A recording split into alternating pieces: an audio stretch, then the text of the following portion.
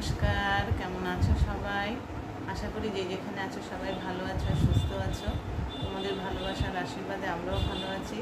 Debjani daily blog চ্যানেলে নতুন একটা ব্লগে তোমাদের সবাইকে অনেক স্বাগত জানিয়ে তোমাদের সবাইকে সঙ্গে নিয়ে আজকের এই ব্লগটা স্টার্ট করছি। সারাদিন তোমরা আমার সঙ্গে থেকো, আশা করি ভিডিওটা ভালো লাগবে। কেমন সকালে এত রোদ উঠে যায় না, মানে সকাল হতে না হতে রোদ উঠে যায়। আর রোদে মানে ছাদে গিয়ে ফুল তুলতে খুব কষ্ট হয়, যেহেতু আমি খুব সকালে গিয়ে পারি না তুলতে, তা সেই কারণে আরও বেশি কষ্ট হয়ে যায় আমার। তা ঘরের কাজ কিছু সেভাবে করতে পারিনি, কারণ এখন এত গরম বলে মানে বারান্দায় বিছানা করে শোয়া হয় মেঝেতে আর কি। সেই দিকে এখনও ঘুমোচ্ছে বলে আর এখনও কিছু করা হয়নি, ঘর দই ঝাড় দেওয়া মোছা কিচ্ছু করতে পারিনি। তা যাই হোক, এমনি এমনি মানে কাশি নাইটি ফাইটি কেচে তারপরে চলে এসেছি ছাদ থেকে ফুল নিয়ে, তুলসীতলাতে দিয়ে ফুল জল দিয়ে চা করলাম। চা খেলাম আমরা, আমি আমার শাশুড়ি মা আর ওই কাকিমা, আমরা তিনজনের চা বিস্কুট সব খেলাম। হ্যালো মিস্টার বাজার নিয়ে চলে এসেছি। এখনও দেখতে পারিনি যে কী কী এনেছে বাজারে ব্যাগে ধরিনি আমি এখন। তা চলো গিয়ে দেখি কি বাজার আসলো কি না আসলো। কেমন সারাদিন তোমরা আমার সঙ্গে থেকো, চলো। এই যে রসুন এনেছে দুটো, আদা এনেছে, আর এই যে চাল কুমড়ো। সবজি বলতে সেরকম কিছু আসেনি।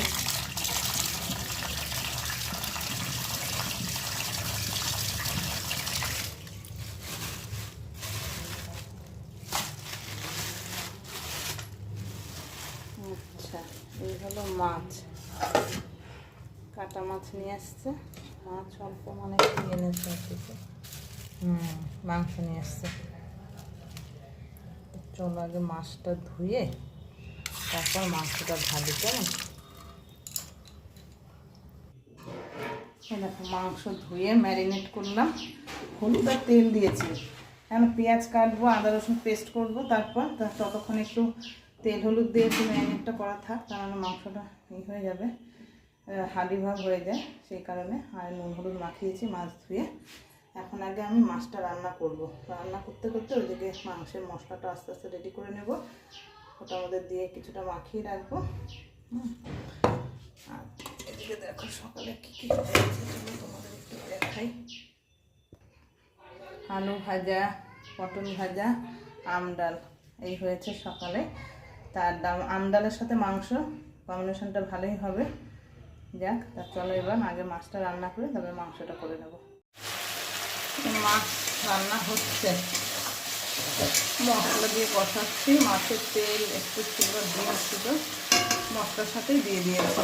এদিকে মাছটা ভেজে রেখেছি আর এদিকে ডিম সেদ্ধটা বসিয়ে দিয়েছি।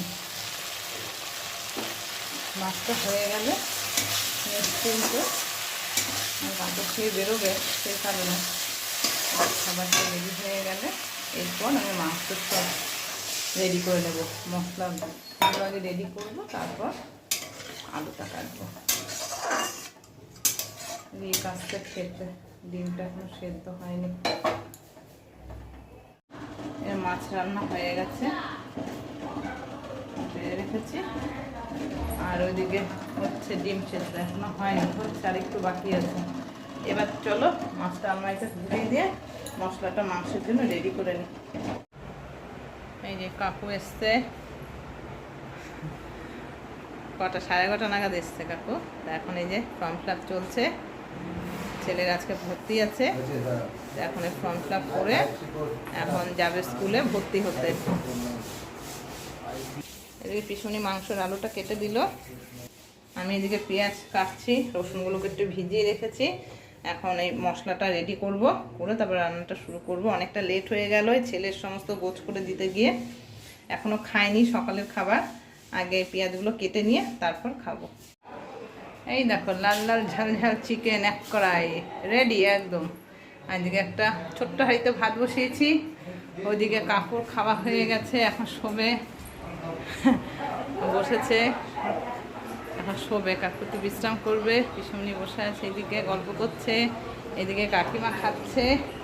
কাকিমা চিকেনটা খায় না, মাছ দিয়ে খেলো, পাঁপড় দিলাম, চাটনি আছে, তাই তো কাকিমা, ডাল আছে, মাছ আছে। আর ওই যে মাদার ইন্ডিয়া বসে বসে গল্প করছে, আর ওই যে রিকবাবু মোবাইল দেখছে, এখন খাবে, সব খিদে পেয়ে গেছে। ফটাফট চিকেনটা বেলে নিই, বেলে সব খেতে দিয়ে দিই। চলো।